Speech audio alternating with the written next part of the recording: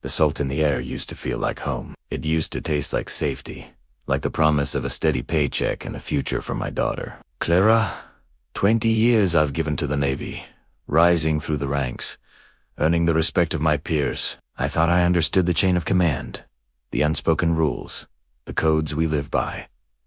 But I was wrong. It all shattered the day Clara came home from the base community fair.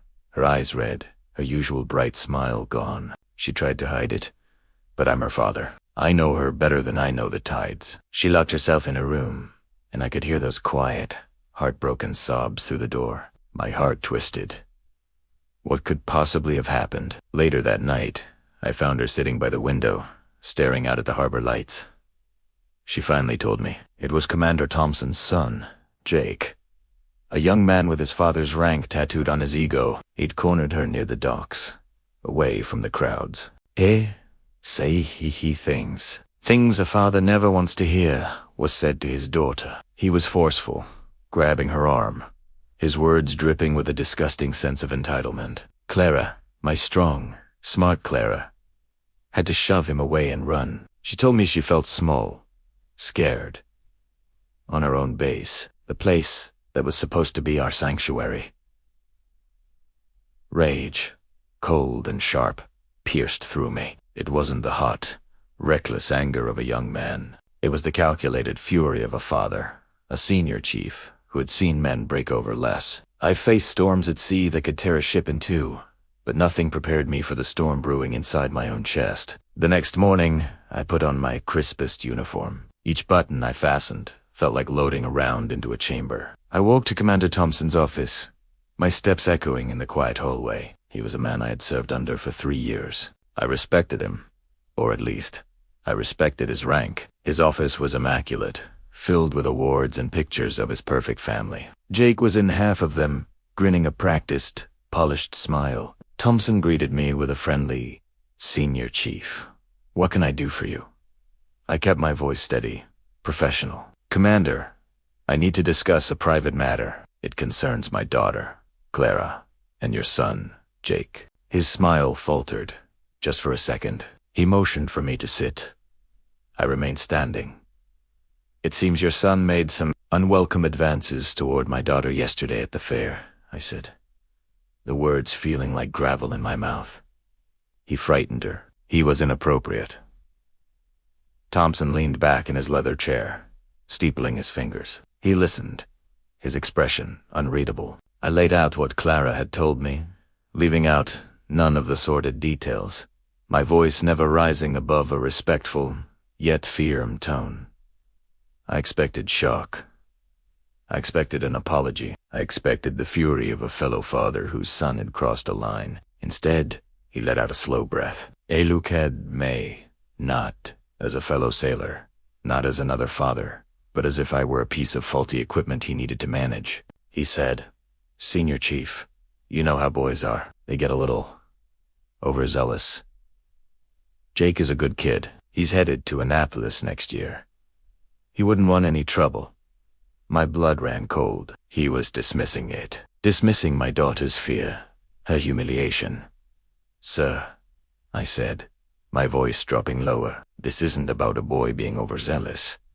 This is about respect. Your son disrespected my daughter Iskaredere. An apology is the least she deserves." And then he said it.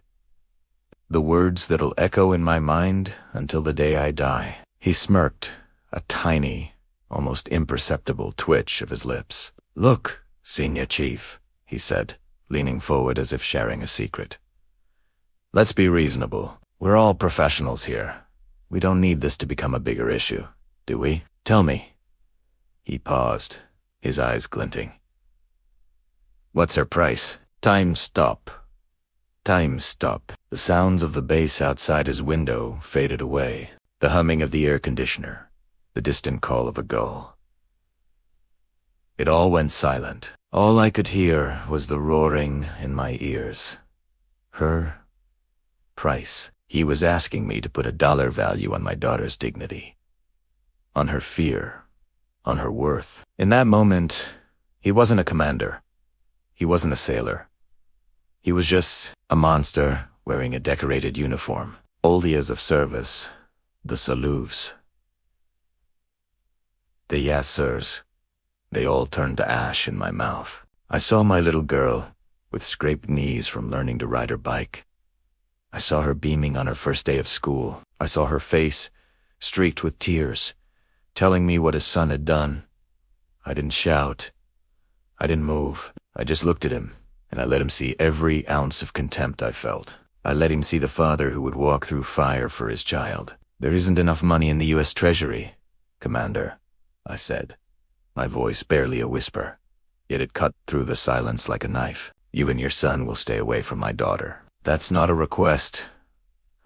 I turned and walked out of his office, my back straight, my career be damned. I didn't know what would happen next. A formal complaint from him. A black mark on my record. I didn't care. Some lines you don't let anyone cross. When I got home, Clara was in the kitchen, pretending to be busy with homework. So looked up, her eyes full of worry. Primera Wale Kedober wrapped my arms around her and held her tight. "It's okay," I whispered. "Dad's got this. You are priceless, and you are safe." The next few weeks were tense. Thompson avoided eye contact. Jake was nowhere to be seen. The whispers started, as they always do on a small base, but then something else started. A few of the guys in my unit, fathers themselves, pulled me aside. One told me his daughter had a similar run-in with Jake. Another mentioned a different incident. Iturnid. Out my daughter wasn't the first. She was just the first one whose father decided to do something about it. I wasn't just fighting for Clara anymore. I was fighting for all of them. I filed a formal report, detailing not just my daughter's experience, but encouraging others to come forward. It wasn't easy. We were going up against a commander, but sometimes you have to rock the boat to keep it from sinking. An investigation was opened. It was quiet, thorough, and out of my hands. Weeks turned into months. Then one day, the news came down. Commander Thompson was being transferred, early retirement. They call it Italiano. Jake's acceptance to Annapolis was under review.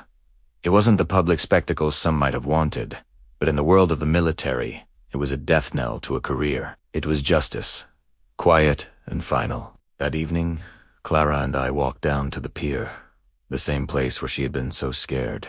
The sun was setting, painting the sky in shades of orange and purple. She looked at me, and her smile was back, brighter than ever. "Thank you, Dad," she said. I looked out at the ocean, the same salt in the air.